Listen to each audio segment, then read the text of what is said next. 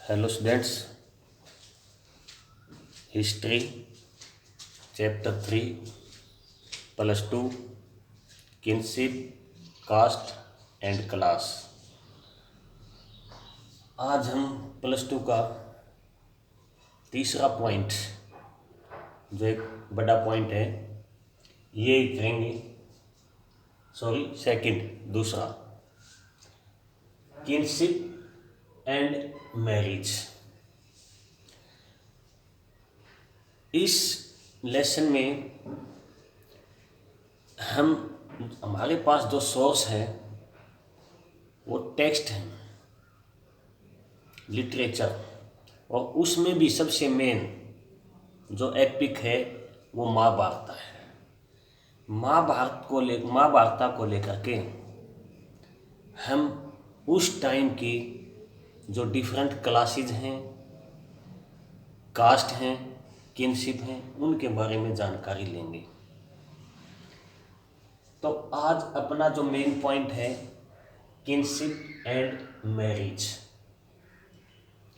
कि आपस में उन बंधुओं का, आपस में उन भाइयों का, आपस में उन कज़न का झगड़ा क्यों हुआ, कैसे हुआ, मैरिज सिस्टम कैसे था, ये हम महाभारत से ही निकालेंगे।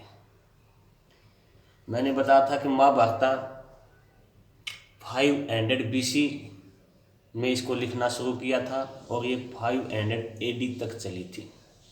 1000 साल तक, 1000 ईयर्स तक ये इसमें नई नई चीज़ें ऐड होती चली गई थी।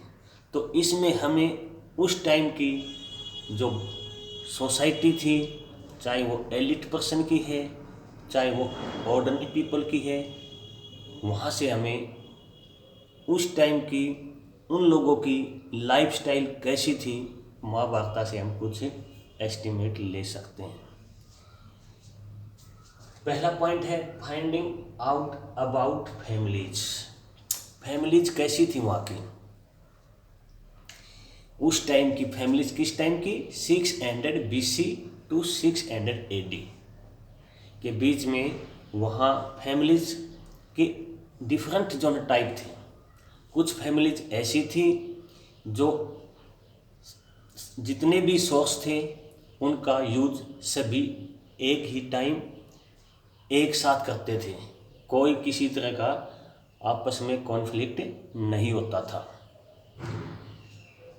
इसके साथ साथ वहाँ दूसरा जो पॉइंट हम लेंगे, द आइडियल ऑफ पैटर्निटी।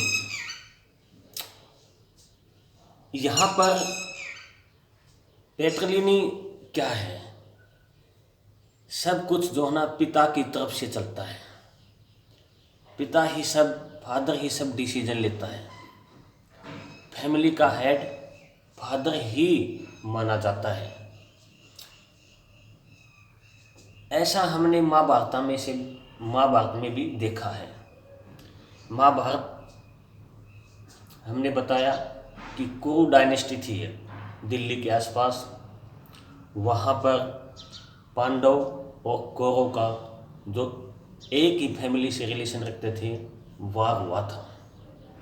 उसमें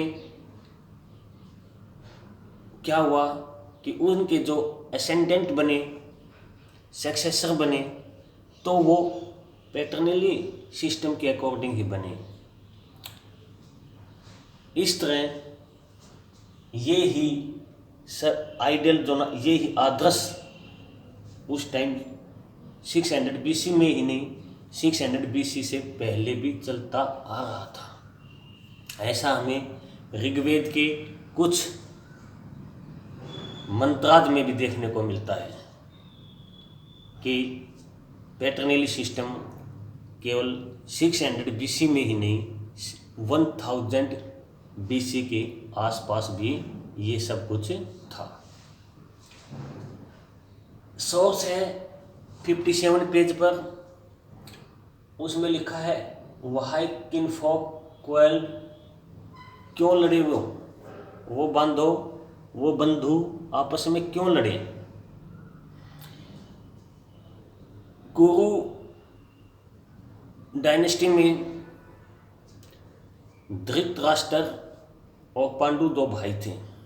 धृतराष्ट्र पैटर्नल सिस्टम के अकॉर्डिंग बड़े थे, बट वो ब्लाइंड थे, इसलिए वो थ्रोन पर नहीं ले सके। उनकी जगह उनका छोटा भाई पांडु को जो है ना कुरु एम्पायर का किंग बनाया, बट वो उनकी जो डेथ है वो पहले हो गई। कहने का मतलब है कि बहुत जल्दी उनकी जो ना डेथ हो गई। उसके बाद फिर धृतराष्ट्र वहाँ का किंग बना दिया।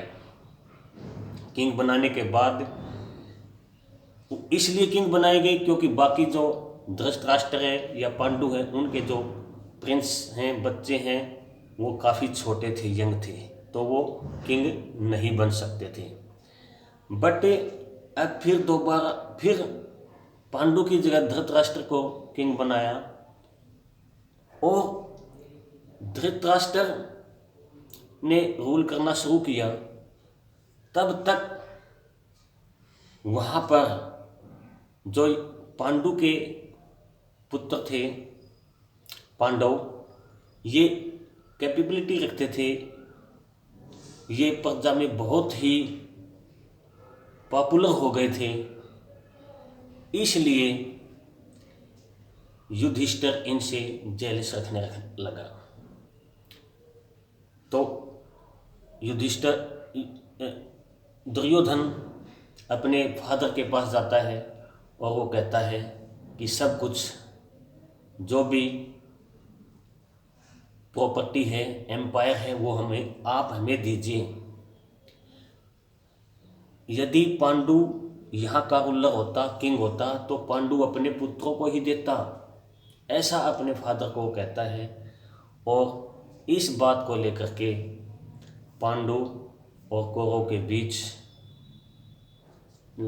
लड़ाई वार शुरू हो गई। रूल्स ऑफ मैरिज, यहाँ पर एक बात ये है कि यहाँ पर मनुस्मृति, धर्मसूत्र, धर्मशास्त्र में 8 टाइप की मैरिज बताई गई हैं। इनमें से कुछ मैरिज एंडोगमी, यानी वो मैरिज जिसका जो एक ही कास्ट में, एक ही ग्रुप में जिसकी शादी होती थी, इसे हम अंतर्विवाह भी कह सकते हैं। दूसरा है एक्सोगमी, आउटसाइड ऑफ यूनिट्स, यानी अपने गोत्रा से बाहर शादी करना, जिसको हम बोलते हैं बहिर्विवाह। इसके साथ साथ कुछ और भी यहाँ सिस्टम प्रथाएं थी, जिसको हम बोलते हैं पोलिगनी सेवरल वाइफ, मतलब एक पति की बहुत सारी पत्नियां। इसके साथ साथ इस टाइम कुछ और भी यहाँ प्रथाएं थी, सिस्टम थी, पोलेंट्री, यानी पत्नी एक पति एक। कैसे पता चला हमें? क्योंकि द्रौपदी के 5 पति थे, ये हमें महाभारत से ही पता चलता है। यहाँ पर मीन 600 BC के आसपास और 600 AD के बीच में हम पढ़ रहे हैं। यहाँ पर का मतलब ही यही है।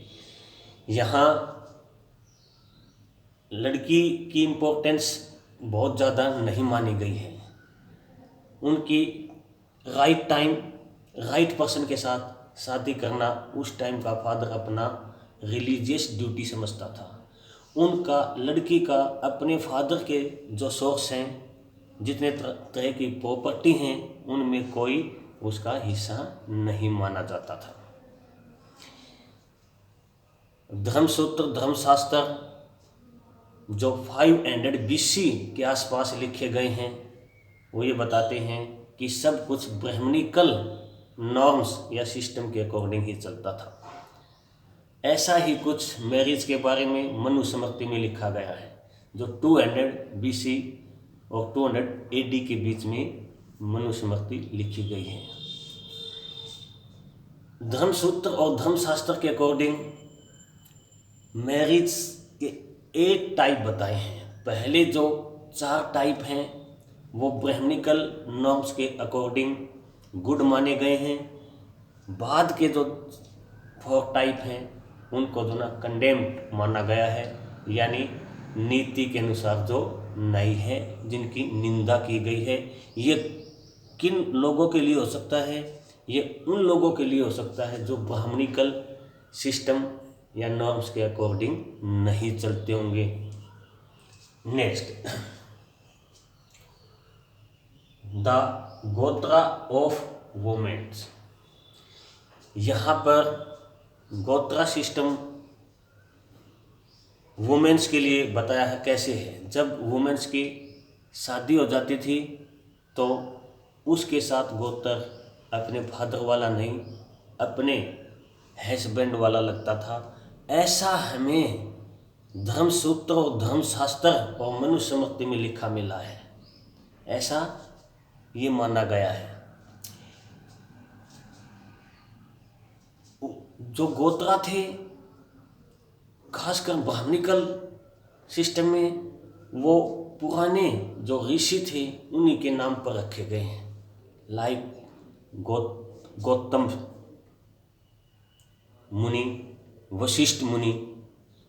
इस तरह अपने पुराने जो ऋषि थे उन्हीं के नाम पर इनके जो ना गोत्रा माने गए हैं। गोत्र मैंने क्या बताया कि गोत्र मैरिज के बाद वुमेन के साथ अपने फादर वाला नहीं, अपने हस्बैंड वाला लगता था। इसको हम आज के कॉन्टेक्स्ट में भी पढ़ सकते हैं, समझ सकते हैं। आज भी मोस्टली ऐसा ही जो है हम देख सकते हैं। ए मदर्स एडवाइस, सोर्स है 60 पेज पर देखोगे कि ऐसा धृतराष्ट्र की पत्नी को लगने लग गया कि अब वार जो है वो पॉसिबल है, अब बैटल जो है रुकने वाली नहीं है।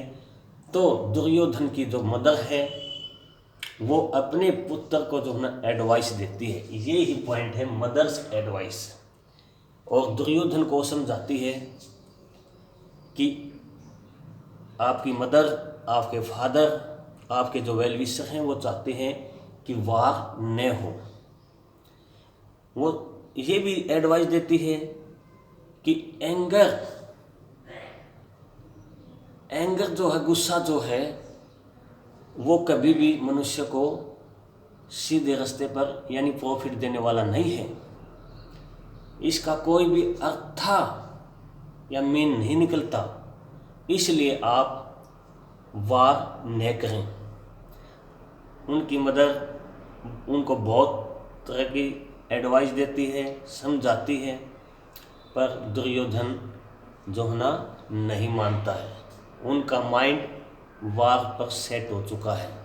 बट वो समझाने के बावजूद कहती है कि वार में चाहे जीत हो या फिर हार हो, प्रॉफिट देने वाला कुछ नहीं होता, इसमें बहुत नुकसान होता है। पर युधिष्ठिर ने उनकी बातें नहीं मानी और वार हुआ और युधिष्ठिर यानी कौरव इस वार में डिफीट हुए।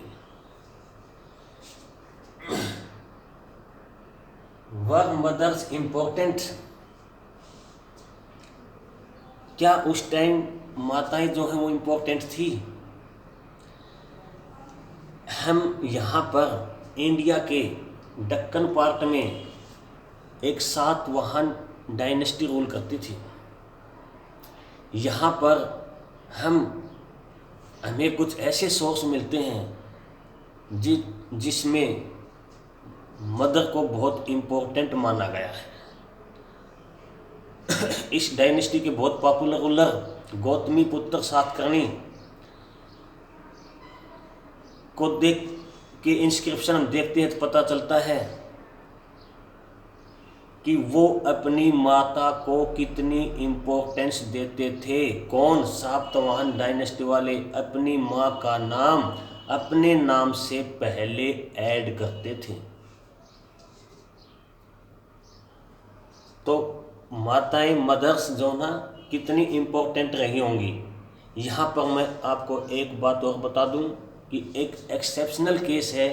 ब्राह्मणिकल आइडियोलॉजी के अकॉर्डिंग सब कुछ पैटर्नली के अकॉर्डिंग चलता है, पिता की तरफ से चलता है, बट कुछ ऐसे केस भी हैं, एक्सेप्शनल केस मान सकते हैं कि यहाँ पर पावर वुमेन ने भी दिखाई है। कौन?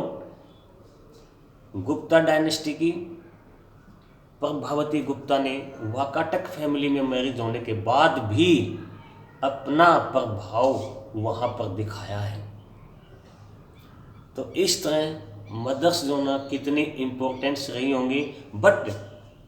बट एसेंडेंट का मामला आता है, उत्तराधिकारी का मामला आता है, तो पैटर्नली सिस्टम सातवाहन डायनेस्टी में भी था। तो हम ये कह सकते हैं 600 BC to 600 AD के अंदर सब कुछ ब्राह्मणिकल आइडियोलॉजी के अकॉर्डिंग होता था। उनके उस टाइम जो प्रैक्टिस होती थी, जो लोगों का एटीट्यूड्स था, वो सब कैसा था? ब्राह्मणों ने जो बुक लिखी उसी को जो ना माना गया, क्योंकि वो अथोराइज्ड होती थी। उस टाइम के किंग इनको अपनी कोर्ट में संरक्षण देते थे, इसलिए ब्राह्मणिकल आइडियोलॉजी से बाहर निकलना मुश्किल था। तो आज अपने ये दूसरा टॉपिक है। Okay, thank you.